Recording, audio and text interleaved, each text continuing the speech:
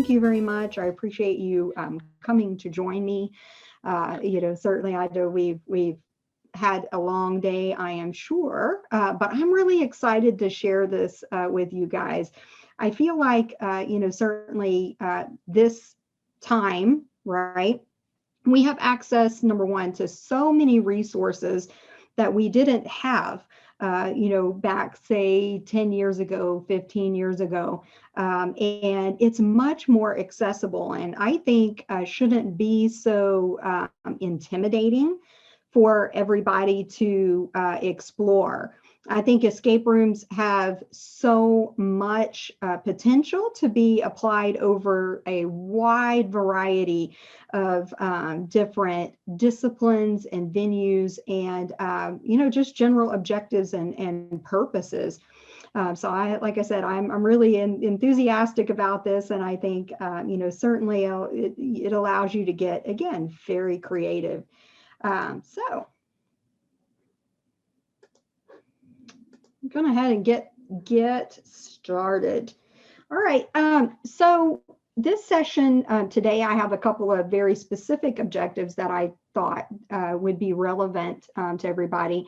I'm going to give, kind of a few examples of different ways, kind of presentation that you can use for escape rooms, based on what your purpose is. I certainly am going to discuss a couple of best practices that for escape rooms and some common pitfalls. And I'm going to tell you that I will be very much candid and upfront about a few of those things that you may come across yourself, or things to, that generally, you would like to avoid to make your escape room experience as good and positive as possible. I definitely going to leave you with some resources, and I think you're going to be very pleasantly surprised about just the depth of resources are out there and all the tools that you can use to build an escape room. And then I would like us to take a little bit of time to talk out loud about, okay, my discipline is nursing, but that doesn't mean that there aren't so many other different themes, other ways that we could apply it. And I would like, a little bit of time to talk about what ideas that you might have, what things you're excited about using escape rooms, and have a little time to kind of talk through a few ideas there if possible. All right. So really, I think kind of when we're starting to prepare our escape room, it's defining your objectives, I think, is where I like to start, and think about what is it that I'm wanting, to accomplish by this, because certainly my whole enthusiasm about this is that it's just such a creative way to engage students. But starting out with what is it that I want them to take away from this experience. Definitely evaluate your skill level. I think that although these tools are very intuitive these days, gone are the days whenever you would have to basically write code for every component of this lovely little web page, basically, that you're looking at right now. Gone are those days, and things shouldn't be so intimidating for you. But I advise that, really evaluate what your capacity is, what your skill level is, so that way you can use these tools to the best of your ability. Because I think sometimes it's easy to get overwhelmed and get excited about what you can do, but then it may not perform well or achieve your objectives for there. Platform is a big consideration with these type of activities or events. There are some times where you may be only introducing a concept, and you may say, I think that having it on one slide or in a single room might do fine for that. But there's, then other times where I want them to go on that journey, and it's a series of information and clues about a broader topic. And certainly that's where it gets fun and interesting for sure. And then we have the ability actually to combine the two. And so what I'm starting out with here is basically on Google Sites. So it's kind of in the form of an evolving web page. And you link from page to page to page as your journey evolves. And so, you can use a combination of that or Google Slides. That is a little bit better tuned to if you want something that's very graphically interesting, I would say. So, kind of take time and consider what am I, what is the use here and what's going to suit my purpose best there. I found myself using a combination a little bit, and so I will certainly will take a journey there and show you a little bit about one of the sites that I created and kind of get your imagination started, I would say. So certainly, really your theme is a big part of the adventure. And certainly you can build, on common interests, something that's kind of in the popular culture that combines with the particular topic or subject matter that you're going into. But I'll encourage you that you shouldn't be limited to what you do with it. And you can see here, this is just a list of a few examples that I found in, just on the web and searching of different topics that people came up with. And so I always find that it's really interesting to see kind of the breadth of how this can be applied. It's really fantastic. So mine, I'm pediatric nursing. That is my discipline. That's my profession. And so I had certainly become intrigued with this. I, at a conference, had seen one that was done for assessment skills. And I thought, what better perfect way to use an escape room as safety for my pediatric clients. So that was definitely my first love, and I thought this is going to be a very intriguing and engaging way to get my students to kind of pull this together. I've seen one on literary topics like Treasure Island. I saw one on Shakespeare's The Misadventure of Missing Manuscript, which kind of pulled in that they were reading several different works that they had to kind of navigate. There was one, Classical Chaos, that was geography. There was a couple of math ones called Math Possible and Statistical Sleuth. So I just encourage you that there are so many different, such a variety of ways that we could use this, so many applications. But I'll show you really quickly kind of just a little blurb about mine, that I had first made up about pediatric safety. And then we'll go forward to kind of setting the stage and some best practices about it. But mine, okay, just 2 seconds. I'm going to allow. There we go. So that we can go in here. So this is, I thought, yeah, safety is a great way. So I started by, again, building a story around it. And so my little theme here says that, that you were going to teach a group of children at a daycare about health habits, and what you found was alarming. And that it says, this is no safe place. There are hazards everywhere. And your mission is to free the children from the hazards and bring them to safety. You have 60 minutes. Certainly you can see you can integrate graphics really well. I narrated it to do a little intro blurb about it. And then we began to get started with our adventure. And so when we come into the first room, safe sleep was one of my topics. And I'll take a moment to kind of point out that this is a little bit how you might integrate some of those things.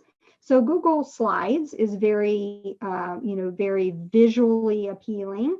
And this might be an example if you thought you just wanted to do a single room and put several objects in there, several clues. Google Slides might be a great way to do that for you. And so this is how my adventure started, really. Okay, let me head back there. Like I said, that was my theme. And certainly as we get a little further into this, I probably would like to hear little differences, maybe ideas that you guys have about how you think you could apply, what themes you might be excited about for escape rooms. So I definitely going to leave you with some best practices. I would say that, part of my kind of objective for this is thinking about how we can engage our students and get this, as far as utilize this platform to really get them to, problem solving, critical thinking, get them excited about what they're learning. And so this is what I found that would work well for that.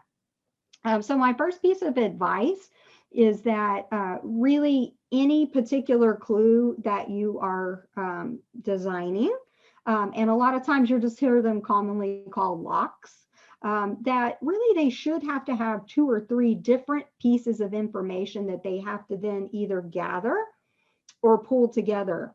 And so in my particular scenario, one of my things, they had ingested some manner of poison. I won't say it all out loud, but what the scenario comes in is that you're exploring the daycare, right? Identifying hazards. And this particular toddler you come across, and he's having these signs and symptoms, right? And then you explore the room and you're finding all of these items.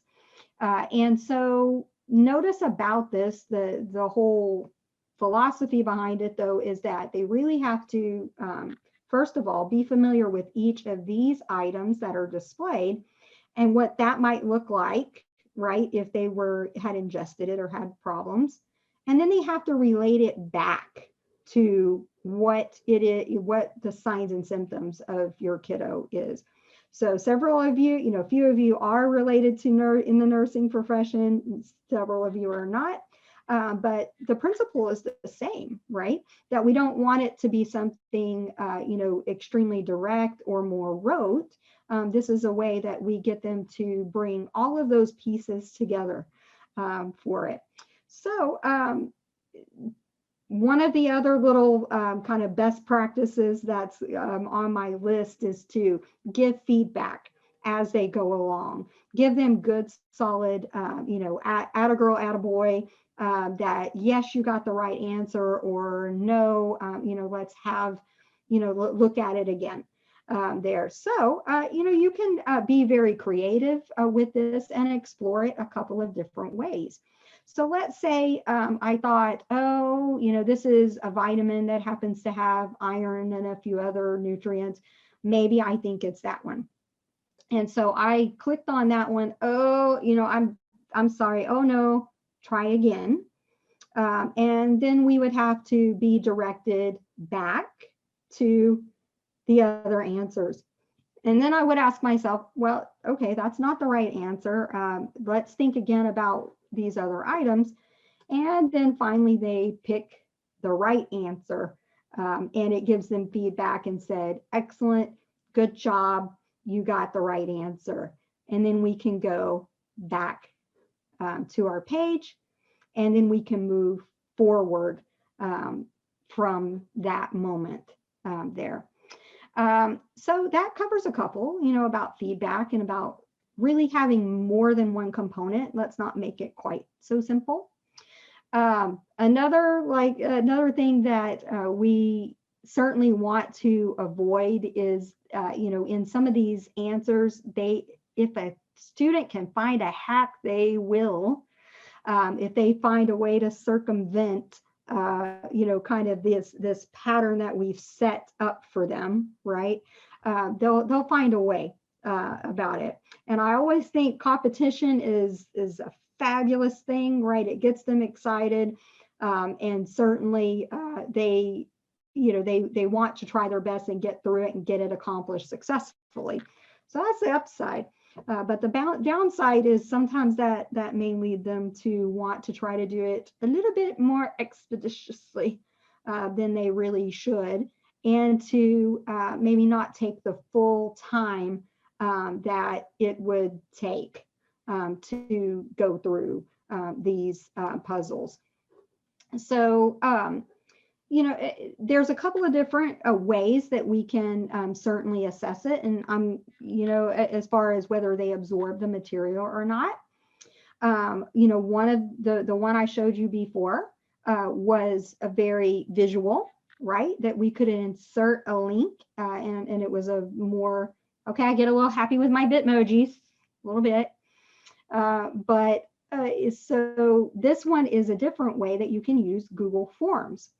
And, then we can choose here. But again, it's the same thing to where if I'm selecting this object, you have to be very, very careful that whenever I submit this and say that it just says, please try again. And then you can submit another object because what can happen whenever you're setting up these locks, there are a couple of options that you have to choose to make sure that they're not getting the correct answer immediately. So I would steer you away from that because they will certainly take advantage of that. Variety of clues.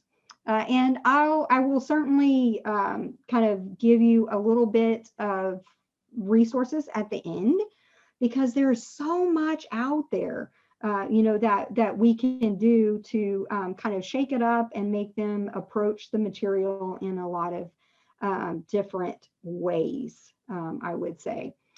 So I'm going to go back to my room here initially and just kind of point out a couple of one of the ways about variety. There are different ways that you can do. And the beautiful thing about using a platform such as say Google Slides is that now I have a nice little GIF. I can put multiple different items and clues in the room. But in this case, we're talking about safe sleep. And so let's just go to present. We're talking about safe sleep, right? So I'm going to click on this kiddo, and then I decided to do a crossword puzzle for this particular one. And so then, I will fill it in. And so if I say, oh, this is 2 across, and the answer was pacifier. What happened to be that one.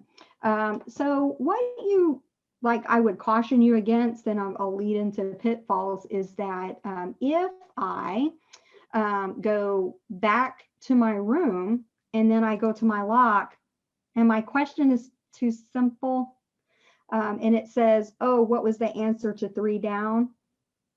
Immediately, probably that student is going to click on the lock, say, oh, 3 down, go back to the puzzle, and then say, all I have to do is solve that one. And so certainly, making it a little more complex, not making it too simple, and a variety of different types of clues is definitely a good way to go. On the positive reinforcement, everybody's kind of, wants their little kudos along the way. And it depends on the length of your room. My particular one, they literally could spend a good 45 minutes or an hour going through all the material because it's all different kinds of hazards. But you can take little moments to celebrate and say, oh, look, I had them view a water safety, and take a moment and celebrate that. and they answered the question correctly after they watched a video. And then it says, it gave them a little badge and said, oh, look, you're a certified water watcher, because they answered the water safety questions correctly.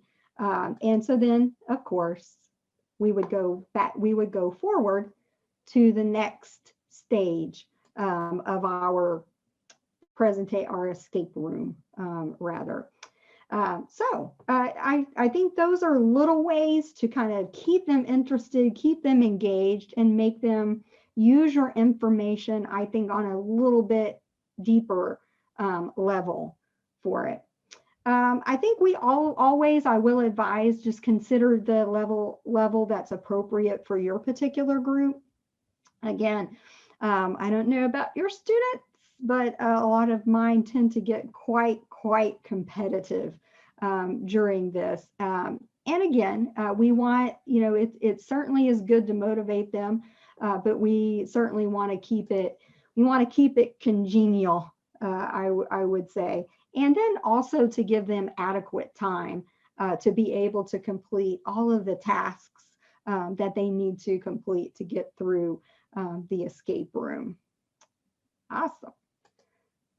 All right, so I kind of led into it, but I will say there definitely are some common things, and I will be very forthright that I was guilty of the majority of these on the pitfalls. And especially if you're just not accustomed to utilizing this platform in this way, I think let's get comfortable with the technology, like I said. And certainly people sometimes are again enthusiastic. They want to be able to use this technology again to to have fun with the material, to engage their students. But we also want to make sure that it functions in the way that you intend it to as well. Instructions aren't clear enough. So you can imagine if I went into, let's say I had set up a Google slide that had all of my objects in one area, one room, you would call it, that they had to solve before they could escape the room. If I did not give enough direction about the task that they were supposed to complete and how they were supposed to complete it, it can lead to a lot of confusion with your students. And so certainly giving adequate instruction, have little moments that really try to make the task that they are doing very clear to them. I touched on how best practices about how to make your clues and locks a little bit more involved, to let them really use the material, apply the material, and kind of get into really thinking about it. This is one of the bigger ones that I made, faux pas, when I was setting up, as an escape room or two for myself, that is not proofing the product. I will say that I myself, of course, because you have access to all the materials, all the pages, all the slides, did not realize until after I had a couple others looking at it that permissions weren't right. It showed some of the answers at the end of the forms. So how grateful was I that I got another set of eyes to kind of go through it and really proof it to make sure that it's really operating smoothly. And sometimes people will also catch when things aren't quite so clear to you. So I definitely advise that to have a proofreading buddy on that. And then not considering the audience.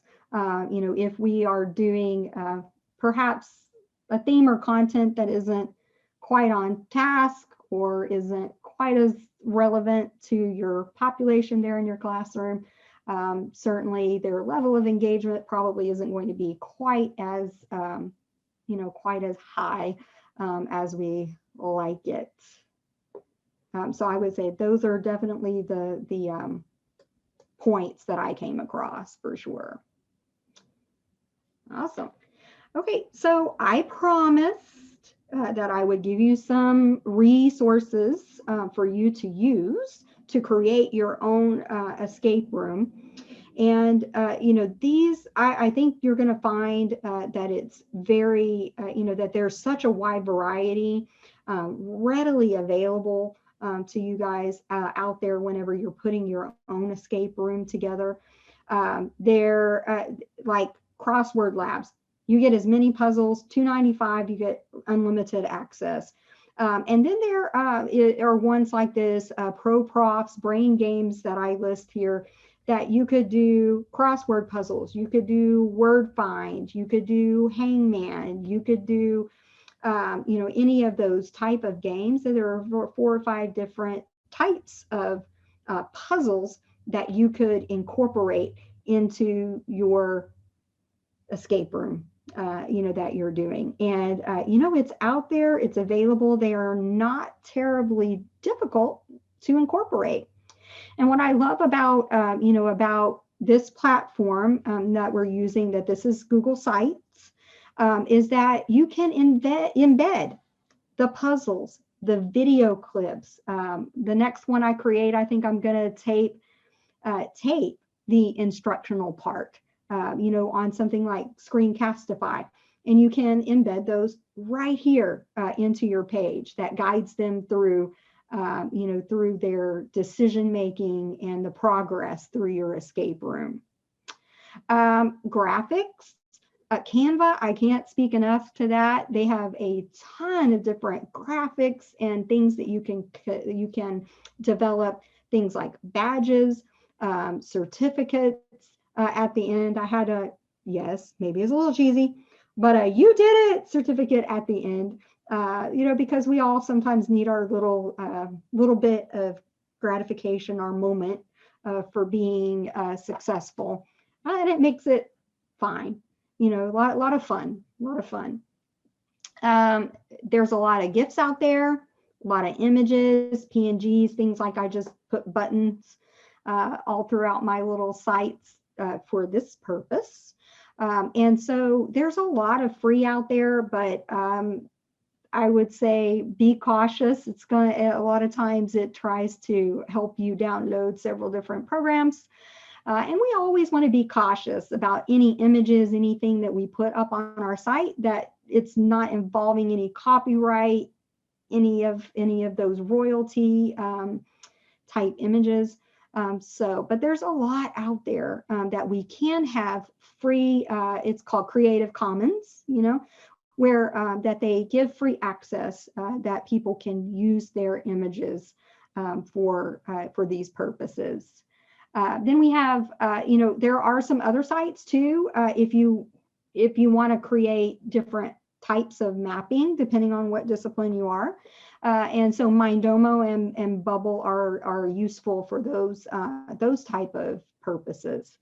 Because I would be a little bit intrigued to see how different disciplines might like to use that, what type of puzzles that you would like to create. There are tutorials out there on YouTube that are widely available and are really, very helpful for developing this type of platform. And so I have listed here a couple of just quick tutorials for you. Now, certainly they are at all different levels. So if you are, at that stage where you may have not created anything similar to this, these are kind of moderate. And certainly there are individual videos for, if I want to say, I want to insert audio, in my escape room at this point, or I want to have a timer that's active, where, I want to find a timer, I want to insert the timer. How do I do that? There are also more focused and basic ones available too for your use.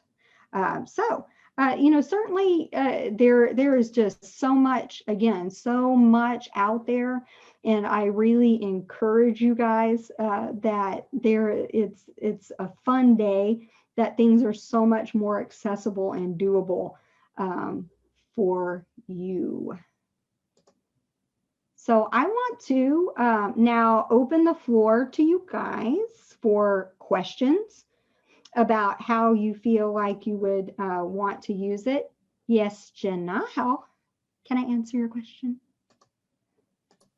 Oh, I forgot how to unmute there for a minute.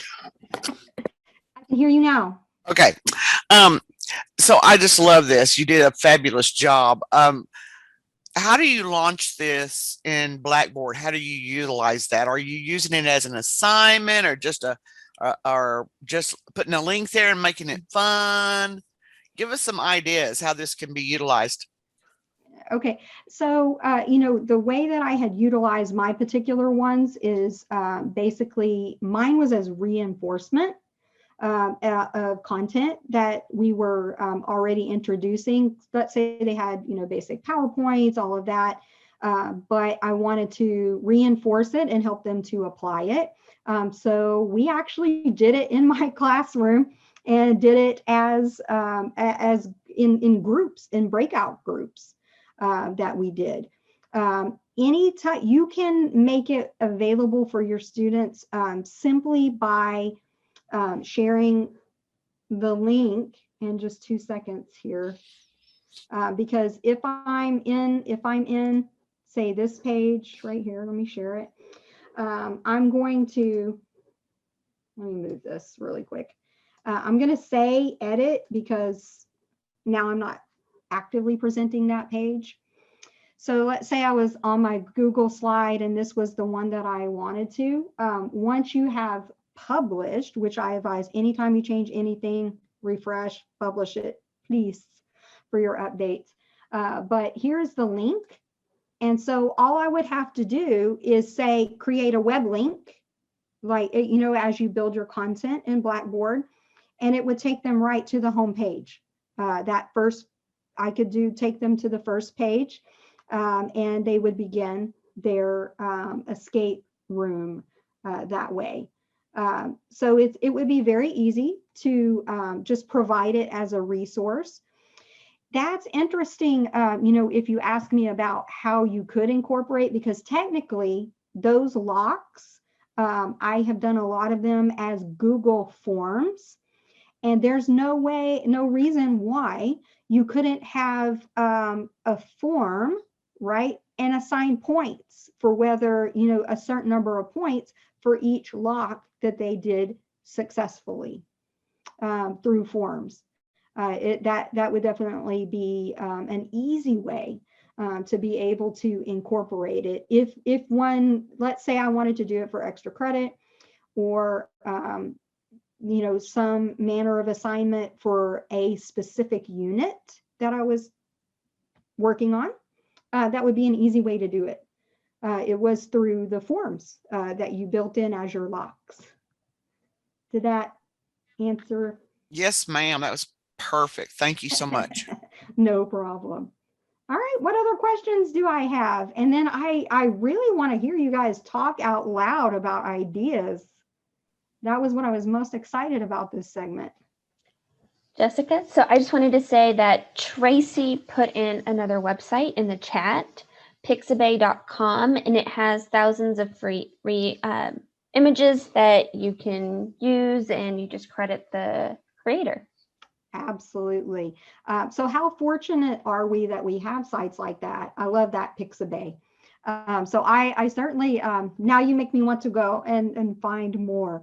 And the easier it is to get access to them, the better, because I will say that had been one of my frustrations. Oh, okay, that was a thank you message about and having to leave. But I would like to hear from a few of you guys about, like, what would excite you, what theme might you consider for your escape room.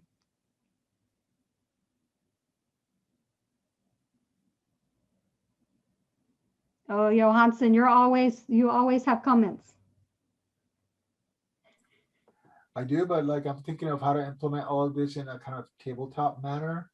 I just haven't really processed through all of it, because like your approach to escape room is not one that I'm too familiar with, so I'm kind of like in limbo right now. Sorry. Oh, no, that's fine.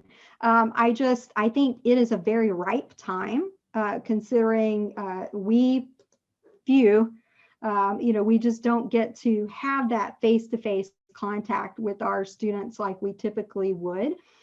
This can easily be team building, do it in small groups if you like, and a way to engage them. Ooh, Jenna, you had your hand up? Yeah, I was just going to say,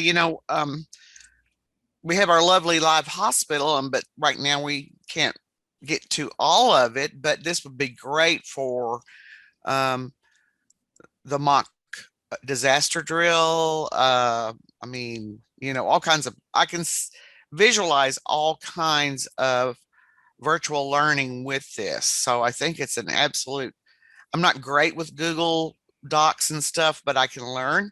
It's not my favorite, but I do think it's very, very valuable tool and gets students to critically think. That's the main thing. Oh, sure.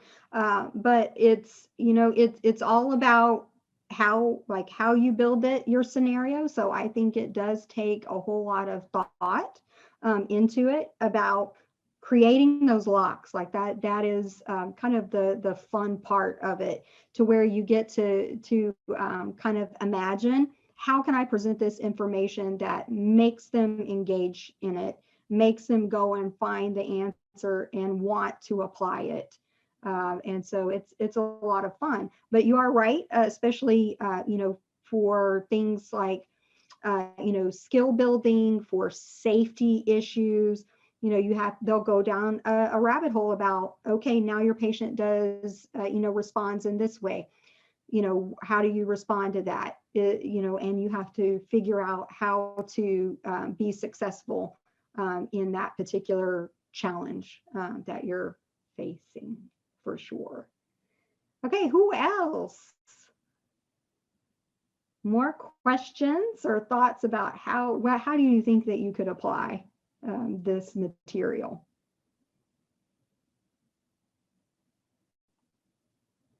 Ooh. Interesting.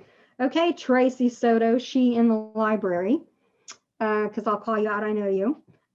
So what ways do you think that you could use this like for your purposes, maybe to provide education, or do you have a favorite genre that you might like to make this up?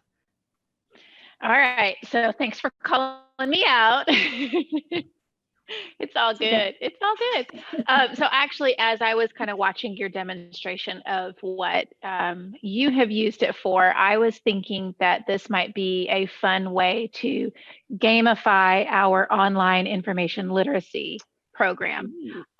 So our information literacy program, in the face-to-face environment pre-COVID was, students coming to the library and sitting with a librarian for 3 hours, and lots and lots and lots of sit and lecture, and students sit and listen, and librarian lecturing, and we have tried to kind of gamify it in the face-to-face environment, but then when everything moved online, it turned into watch a video, take a quiz, watch a video, take a quiz, watch a video, take a quiz. So that's obviously not preferable, but again, we had to transition so quick to like just get something online, just get it up there so they can do it. That I think that being a little bit intentional and gamifying that a little bit could really improve that course. Ooh, nice application. I like that.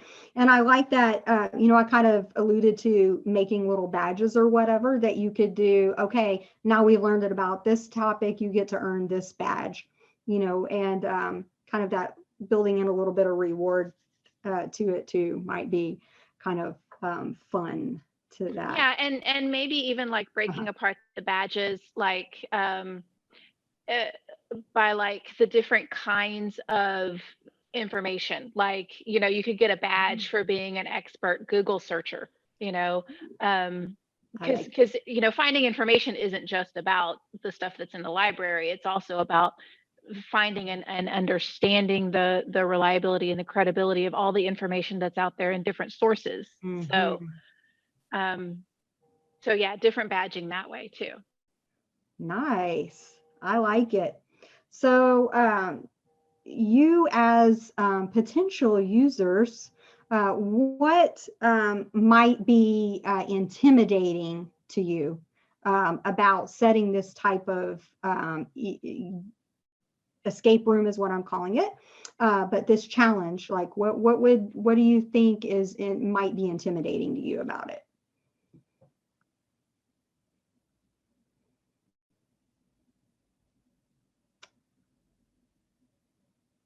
Ooh. No takers?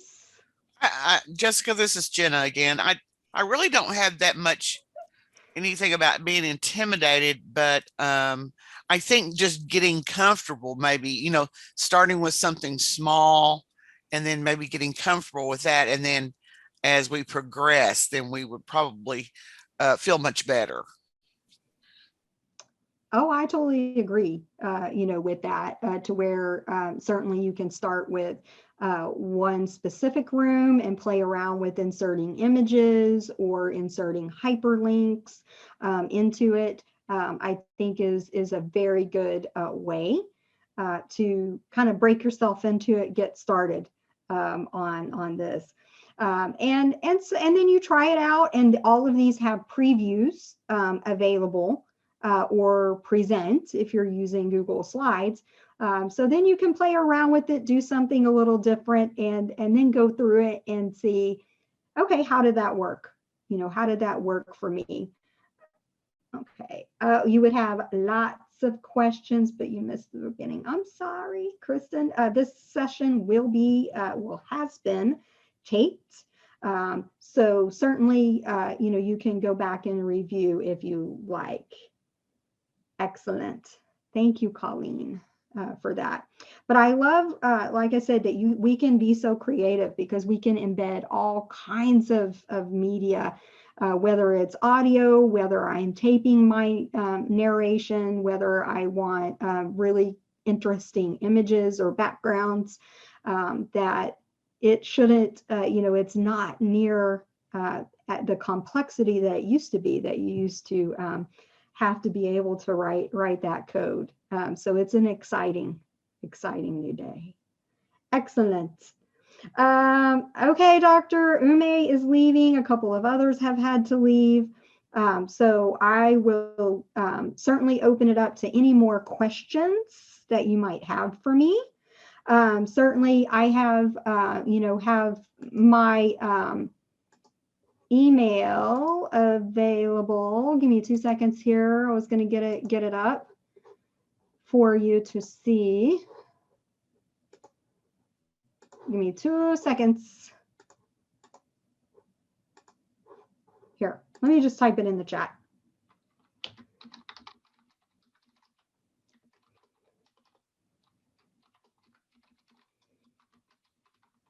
So if you have questions, if you need anything, or you just want to bounce ideas off, I would definitely love it. So Valerie, you're saying that you can imagine that you would enjoy using this for any kind of lots of different subjects.